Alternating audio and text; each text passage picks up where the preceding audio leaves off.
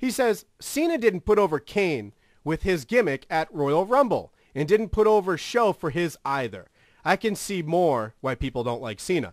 Now, Danny, first of all, the Kane thing, this is absolutely the internet guy thing because Joseph Silk picked Kane to beat Cena, and you know that was his logic. I'll say the reasoning behind the John Nelson thing, we're assuming that we know, like you're applying something. You took an idea of what you think happened, and then you're just applying it to the situation. So you're saying John Cena refused to put over Kane. John Cena refused to put over Big Show. Why do we assume that Cena's the guy that refused? Like, since when are like wrestlers getting to decide who wins? I know that it happens, and I know there's politics and all that stuff, but we don't know, so we can't pretend to be on the inside. We don't know that John Cena refused. Is it possible that going into the Cena-Kane match, the creative team who was booking it realized if Cena loses to Kane, it makes this year-long build-up to John Cena versus Rock not that important? So Cena had to win those matches, and we knew that. It was a matter of how much Kane got beat up. I don't think that's really a John Cena decision either. I don't know why they decided to make it like it felt like Kane was getting buried. Well, also, just to interrupt you, that is the first layer of what I disagreed with what I said here. There's a second layer that I was more focused on that bothered me. But first I said, I can promise it wasn't Cena writing these programs. Danny, programs? Those are the long arcs. Like, Shawn Michaels versus Undertaker and Hell in a Cell had a program leading up to it. All right. That's an absurd comment. Plus, Kane and Big Show are the old fucks who deserve to be seen as bowling pins until he gets a legit opponent. And where that comes from, that's a third layer where I just hate Big Show and Kane anyway. So they should lose to everybody. You don't hate Kane. You hate new Kane. Yeah, but beyond that, this is what bothers me, what he says here. It just feels to me that you take gas out of the balloon by reintroducing characters with new gimmicks and have Cena be their first opponent and feeding him blah, blah, blah. So the thing is, he has this formula in mind. You build up this bad character. He should win his first pay-per-view match. My formula, which I think is, they're both pretty valid, but I think my formula is better, is that you just line up a bunch of people for Cena to beat. All right. I mean, I guess that's one way. I'm that guy that I'll say, I thought Cena should, but I've been wrong in the last couple. I thought he should have beat The Rock at WrestleMania. And we both picked that. I thought that Cena should have lost to Brock Lesnar, but I understand some logic in that because there's some fears that you take your top guy, you let Brock Lesnar go over on him, and who the fuck knows if Brock Lesnar ever shows up again?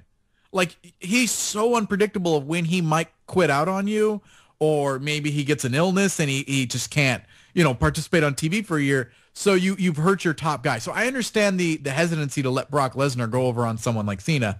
So I get that. You go into the Big Show. It depends on where they want to go from here. I think Big Show should have won, but we don't know what they have in store. Now, I did hear that Big Show's the first announced guy for the Money in the Bank match. Maybe he goes in and he wins the Money in the Bank. No. Big Show carrying around that suitcase for a year. No. Not happening. No. Danny. But I'm saying we don't know what their plans are. I know. So you can't hate now based on what you think the future is going to be because we don't see the future. So until it's all the way played out, then you can go back and be, armchair quarterback and say, I didn't understand why they did this. That didn't make sense. But it's hard to hate things in the moment for wrestling because you don't know their reasoning, or maybe it's going somewhere better than you fantasy booked. I would like to see Daniel Bryan win the title. Enough of this. This should have happened or this shouldn't have happened. That's the fucking problem. But also, because you're not watching it like it's a sporting event. And I know, only retards do that. I know we all know it's not. But you shouldn't be judging outcomes as written outcomes. Look at them as sports outcomes. You know what? John Cena won again. Oh, that sucks. I hope he loses next time. But in your mind, he's built up because Dave Lagana, if he ever said one thing that made sense, it's that you want to see the beast, or not beast, monster, something. You want to build beast or something. One of those words. And you want to see the beasts or the killers fight the killers. I don't think he said killers either. But he said something along those lines, which is why the Ryback stuff happens, because you want to see him face another killer and see who wins. With Cena, you know what? He won again. That sucks. But don't sit here and tell me, the formula's this. You build up a guy. He's not supposed to lose, or the build-up's wrong. Well, what about the fact that Big Show completely destroyed Cena the whole match? It had about 5 guys stop him from leaving the cage at multiple times when he clearly could have easily won. So how does that make him look bad? I mean, look at it for what happened, not for the text that you think was behind it. Right. Big Show's got a great case of why he didn't really lose. And they made a point of, look how many people it took to stop him. I mean, we assumed that what they were going to do was let Big Show go over, and then he was going to go on to get like a world title shot and maybe a run down the road. And he's going to be this new and improved Big Show. Maybe they never really had that in mind. Maybe they don't like him enough to put him as one of their top guys in the company for a long period of time. Maybe they don't have that much faith in him. This heel Big Show isn't that much different from some other versions of Big Show that we've seen. I hate Big Show. I hate him. And here's the thing. I'm completely contradicting myself because I still have my bias towards my formula, which is Big Show and Kane suck and need to lose. So I don't know. I'm still a 10-year-old who fights for Cena. John Nelson, what it do? Hey, how are you doing? Oh, I'm the best in the world at what it do. Danny, how about yourself? I'm doing great. How are you, Johnny? I'm okay.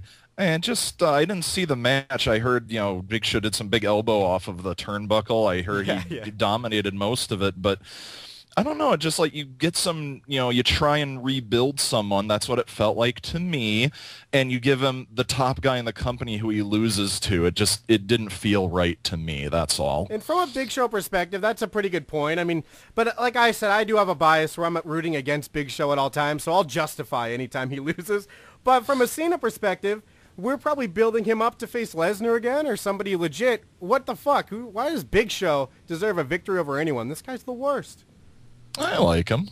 I'm internet guy right now, Danny. Wait, John, do you agree? Because I'm guilty of this, and it's the same thing I'm saying, and I always have to force myself to take a step back. Do you agree that it's easy to go, like, you start to think this is what's going to happen, and you start to predict storylines down the road, and you get excited for them because you predict them to be in a good way. You're like, this Big Show going over John Cena, and then this could happen, and then when it doesn't happen, it's like, oh, what the fuck are they doing? It's hard to take a step back from that, looking at what you think they should have done and realizing that you just have to go along. Like, it's not going to change anything. You just have to go along with what's going to happen.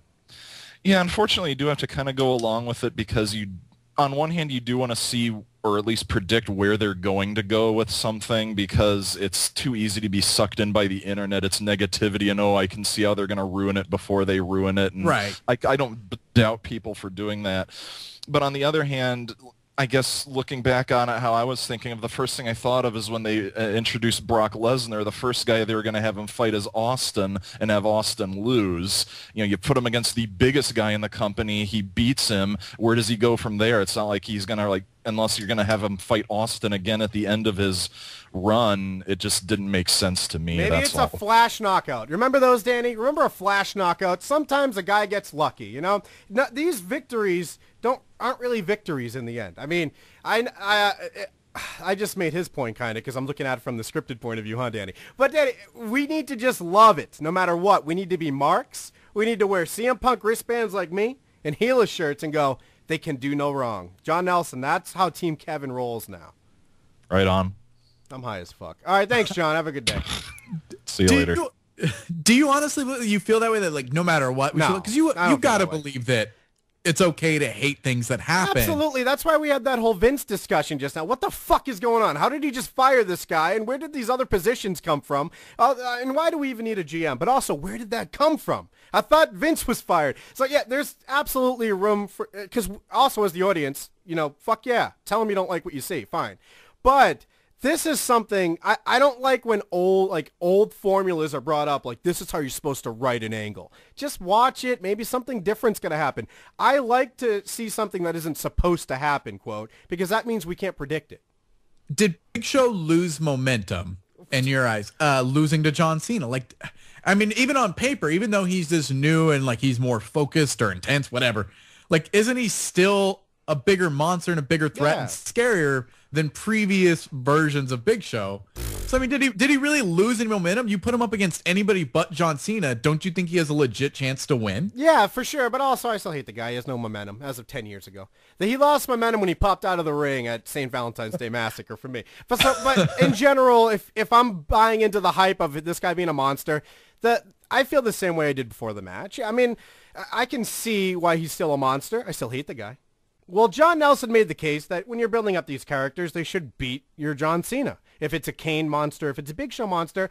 And I said, maybe you are right there, but I'm okay with it. Well, Silk said, I am not okay with it, and it is Cena's fault. Cena isn't getting the full reaction they want through his own inability, so they are trying to get him over with some people, even though it will never work. And first of all, he's over, stop it. Never work, and is a waste of time and talent. As soon as they realized how good Big Johnny was at playing a heel, oh my God, wait, we're not going to continue. Let's deal with the John Cena isn't over. You're telling me John Laurinaitis is over, but John Cena isn't? There's nobody more over than John Cena in wrestling. Except Santino. Yeah, Cena, it's so weird, like, we have to go, oh, it's his fault, it's his inaction. Cena is great on the mic. Like, I don't care if you don't like the content of what he says because, you know, he's not edgy enough for you and he's not bad. And sometimes he's corny. But if you know anything about, like, a mic presence and what, like, charisma, like, actually means, like, he's very comfortable out there. And he talks very normal as opposed to the other guys who go out there and they're so stiff and awkward.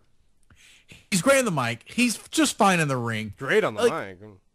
You don't think so? I mean, he is natural and comfortable, but it's cringeworthy. But also, I think it's a lot of what we don't like is based on the character that he has, and we don't know how much to blame him for. It's the same thing like saying Cena won't put Big Show over. Well, you don't know that's Cena's fault. Oh, I didn't like that promo scene. Well, you don't know, like, how much he's restricted in, like, what kind of character he can be. If they tell him, you need to keep going out and being the PG-rated guy, you need to be goofy, make these kind of jokes. Like, we don't really know how much to credit or discredit John Cena for this stuff. Right, and yeah, and the character isn't for us, obviously, but we can at least... No, it's not. We can at least see why people cheer for it, and they do. Stop it, Silk. I know you don't like it, but you got to be able to understand that people love it. A lot of people do. And even if I was about to bring up money and stuff, but who cares? Anyways, as soon as they realized how good Big Johnny was at being a heel, they took him away from Punk because they were praying he would get Cena over. Well, they did take him away abruptly, but I don't know if that's the reason, because let's not pretend Big Johnny's this great heel, Danny. I mean, if you have to resort to pointing at fans and yelling at them to get them to respond, I don't know how good you're doing. And also, wasn't that the worst? Because usually that's cool, like, hey, fat boy. But he'd be like, point up almost. Like you would just vaguely point at the crowd. You, and you, and you. You know, you're not looking at anybody. You're just doing the script. Is he saying that Punk is more over than Cena? Because I would argue. I mean, I love Punk as much as the next guy. But Cena, the more over guy here. I mean, unless we're just going by who gets cheered, but Cena gets more reaction, I'd say, than Punk. Right, and I would agree with that, even though obviously Punk's the character for us and I like him more. He still has too much Cena in him. And, yeah, he's basically the same guy in a lot of ways now. I mean, I hate to break it to you. Punk is slowly turning into the things you hate about John Cena. Right. If you want, I'll watch a Punk match that doesn't involve Daniel Bryan and point out to you how he does the same set of moves every time. Oh, you know, I'll watch a Punk promo and point out to you all the awkward, corny jokes he makes and how he has to play to the crowd with cheap reactions. Oh, shit, Danny, my Vader shirt's going crazy. You're dropping bombs. Vader bombs. Thank you for making that joke, and now I don't have to. I love Punk, but Punk is to the internet what John Cena is to the casual fan. He's just our version of. So the way the regular fans see John Cena is the way internet fans see CM Punk. So to you, Punk is the over guy because he's your Lord and Savior. Daniel Bryan, that's our guy. Like, these are our golden boys because we're on the internet and we're smart about this stuff. And we know somehow, without any actual proof, that John Cena is holding people down and refusing to let people win at pay-per-views. And John Cena's writing storylines to make sure nobody else looks good. John Cena, who hasn't held the fucking title since, like, last October, is the guy that's holding everybody down. At some point, it's not each individual's fault or credit of what they're doing. These are the characters they're given. They play them to the best of their ability. You have to look at it from that light. How good are they at doing what they're told to go out and do? I would like to see Daniel Bryan win the title. And Danny, from the chat, Punk is more over with males, adult males. That's fine. It's a different audience. Right. And these males can't seem to understand that there's other people who watch it, and that's a much bigger group. I mean, right now, anyways, remember, this is the PG era. So get those. Imagine what wrestling would be like if every wrestler was catered specifically to you. I mean, because obviously everybody's going to like awesome. what they like. It would rule, first of all. No, but they would all be the same. There's characters for everybody. And that's what you should like about wrestling. Pick who you do like and quit trying to change the people that you don't like